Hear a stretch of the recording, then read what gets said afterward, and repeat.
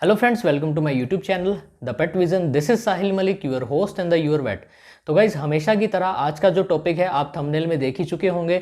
तो गाइज आज का जो टॉपिक होने वाला है वो हम पैरालिसिस के ऊपर बात करेंगे। जो डॉग के अंदर एक पैरालिसिस जो टर्म आती है उसे हम उसका कैसे उसको सोल्यूशन करें, कौन सा हमें ट्रीटमेंट अप्लाई करना चाहिए, यानी इन इमरजेंसी केस के अंदर हम उसे क्या ट्रीटमेंट दें। तो गाइज आपको ये जो ट्रीटमेंट है 3 से 4 दिन तक लगातार रेगुलर रखना है।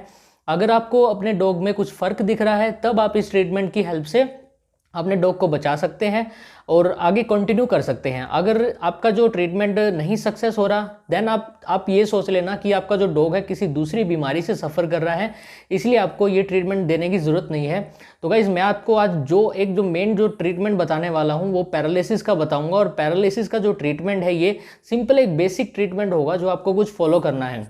देखिए गाइज, अगर आपके डॉग को आराम होता है तो बहुत अच्छी बात है, अगर नहीं भी होता तब आप समझ लेना कि आपका जो डॉग है किसी काफ़ी जो सेवियर एक बीमारियां होती है, जो कैनाइन डिस्टेम्पर है, रेबीज़ है, पार्वो है, जो कुछ भी बीमारियां हो सकती हैं उनके अंदर वो पैरालिसिस की कंडीशन से जूझ सकता है। तो आपको उसके अंदर उस सिचुएशन में अपने किसी अच्छे वेट्स के पास जाना है और उसका ट्रीटमेंट अच्छे से करवाना है।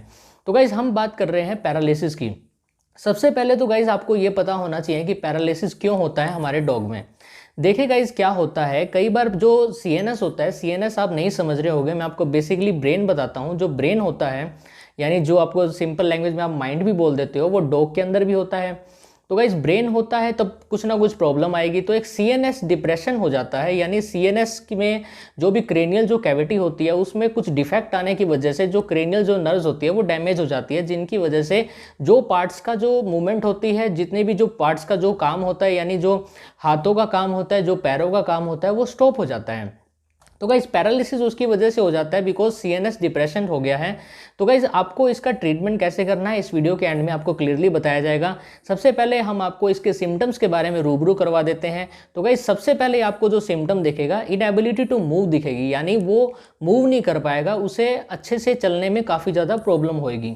दूसरा जो आएगा गाइज, ड्रैगिंग रियर लेग्स, यानी जब वो चलेगा तो जो पीछे वाले जो पैर होते हैं ना उसको ड्रैग करता हुआ चलेगा। यानी आपने देखा होगा कई बार जैसे आपका डॉग चल रहा है तो वो कई बार उसको हिलाना स्टार्ट कर देता है पीछे वाले पैर को, तो ये भी एक पैरालिसिस का सिम्टम होता है। तीसरा सिम्टम होता है गाइज कि sign of pain in neck, spine और लेग्स, यानी लेग्स के अंदर, स्पाइन के अंदर, जो हमारी जो स्पाइनल कॉर्ड होती है उसके अंदर भी प्रॉब्लम आनी स्टार्ट हो जाती है, यानी उसको बैठने में दिक्कत हो जाती है, वो लेटा ही रहता है। तो इस टाइप के कुछ सिम्टम होते हैं। अगला जो सिम्टम है guys, inability to control the urination and defecation, यानी गाइज उसको यूरिनेशन करने में प्रॉब्लम होती है बिकॉज इनएबिलिटी टू कंट्रोल, इस मीनिंग को समझना है हमने, क्योंकि वो कंट्रोल नहीं कर पाता जो डॉग है, उसका यूरिन ऐसे ही हो जाता है, थ्रू आउट हो जाता है, तो वो उसे कंट्रोल नहीं कर पाता पैरालिसिस की सिचुएशन में। एक गाइस कॉन्स्टिपेशन, यानी कॉन्स्टिपेशन तो वैसे एक नॉर्मल कॉमन टर्म है, वो हर एनिमल्स के अंदर ही कॉन्स्टिपेशन देखी जाती है, हर बीमारी में कॉन्स्टिपेशन हो जाती है, बट इसके अंदर भी एक कहीं ना कहीं कॉन्स्टिपेशन का ही एक पार्ट है। तो गाइस आगे जब हम बात करते हैं ड्रॉपिंग फूड फ्रॉम माउथ, यानी जो मेन पॉइंट है आपको इस पॉइंट पर जरूर ध्यान देना है।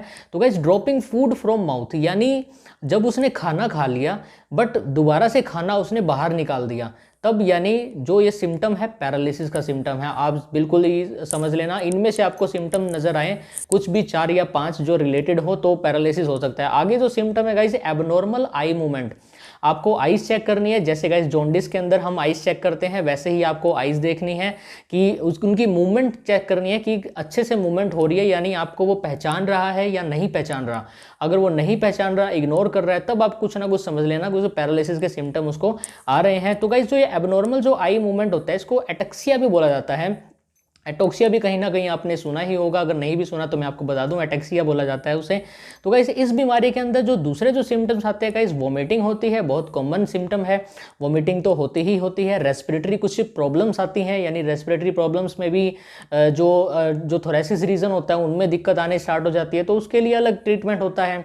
तो गाइस वीडियो के एंड में आपको मैं ट्रीटमेंट बताने ही वाला हूँ। तो guys loss of muscle mass, यानी जो मसल्स के अंदर जो भी जो फैटी टिश्यूज हैं, जो भी मास भरा हुआ है उसमें प्रॉब्लम आ जाती है और उसको रिड्यूस हो जाता है। रिड्यूस होने की वजह से क्या है, बिकॉज गाइस क्या है, जो सीएनएस होता है मैसेजेस ट्रांसफर होते हैं, नर्व सेल्स जाते हैं, तो अगर नर्व सेल्स ही डैमेज हो गए तो वो वर्क कैसे करेगा, नहीं करेगा वर्क। अगर सेल होंगे तभी टिश्यूज होंगे, तभी उनका वर्क होगा, तभी मास बनेगा। तो इस बीमारी के अंदर, इस पैरालिसिस कंडीशन के अंदर मास जो होता है वो रिड्यूस हो जाता है। तो गाइस हमारी जो वीडियो का जो मेन जो मुद्दा है वो है ट्रीटमेंट। तो गाइस हमने आपको बेसिकली सिम्टम्स के बारे में बता दिया है। आपको आशा करता हूँ आपको समझ में आ गए होंगे सिम्टम क्या है। बेसिकली ज़्यादा हम आपको डीपली नहीं लेके जाएंगे, बिकॉज गाइस वैसे तो डीपली ये जो टॉपिक है बहुत ज़्यादा डीप होने वाला है, इतना ज़्यादा आपको जानने की ज़रूरत नहीं है।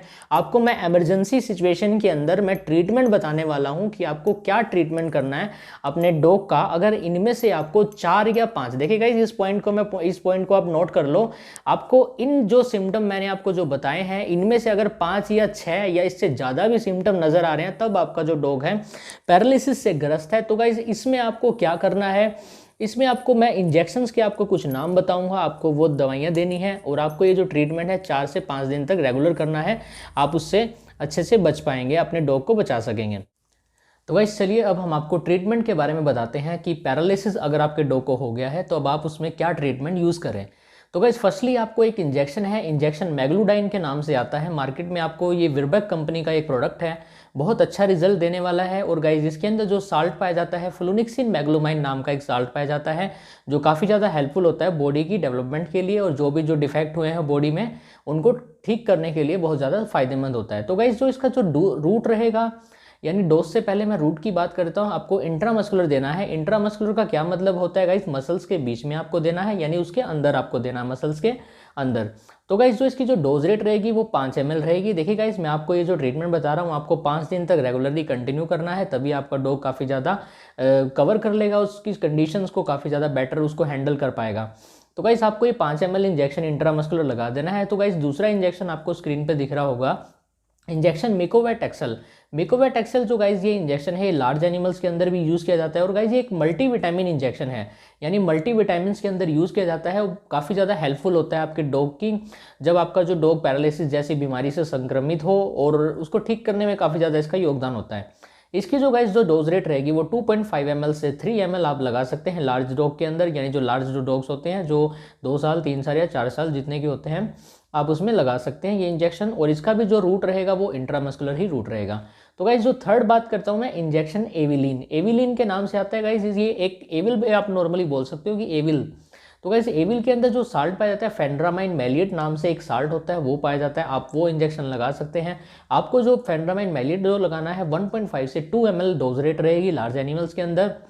और गाइस आपको यह भी इंट्रामस्कुलर ही आपको देना है। तो गाइस वीडियो का जो ट्रीटमेंट का जो सबसे जो मेन पॉइंट है अब आने वाला है, यानी एक सिरप न्यूरोकाइन पेट सिरप आती है गाइस, मार्केट में आपको मिल जाएगी न्यूरोकाइन पेट सिरप। मैंने रिपीट कर दी, आपको डिस्प्ले पे भी फोटो दिख रही होगी। जो न्यूरोकाइन जो पेट सिरप है कितनी ज़्यादा दिखने में भी अच्छी है, और इसका गाइड रिजल्ट भी बहुत अच्छा है। हमें तो रिजल्ट से मतलब है, बिकॉज ये जो न्यूरोकाइन है जो नर्वस सिस्टम होता है, जो CNS होता है उसके ऊपर जाके एक्ट करती है और काफ़ी ज़्यादा रिस्पॉन्स देती है।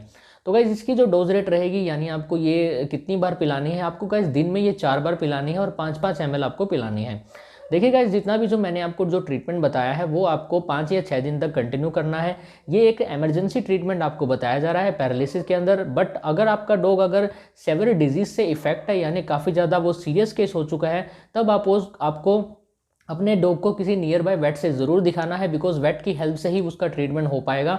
ऐसे वीडियो को देख के, वीडियो में ट्रीटमेंट देख के ठीक नहीं होगा। बट ये जो ट्रीटमेंट जो मैंने आपको बताया है, जो मैंने आपको जो सिम्टम्स बताए थे, उनके बेसिस पे आप एक नॉर्मली यानी घर रहते आप ये चीज़ें दे सकते हैं अगर आपको एक इंजेक्शन लगाना आता है। बट गाइज मैं आपको यही सजेस्ट करूँगा, आप इस सिचुएशन के अंदर भी अपने किसी वेट के पास ज़रूर चले जाएँ और अपने पेट को वहाँ पे ले जाएं और अच्छे से चेकअप करवाएं। तो गाइस आशा करता हूँ आपको ये वीडियो कुछ नॉलेजफुल लगी होगी।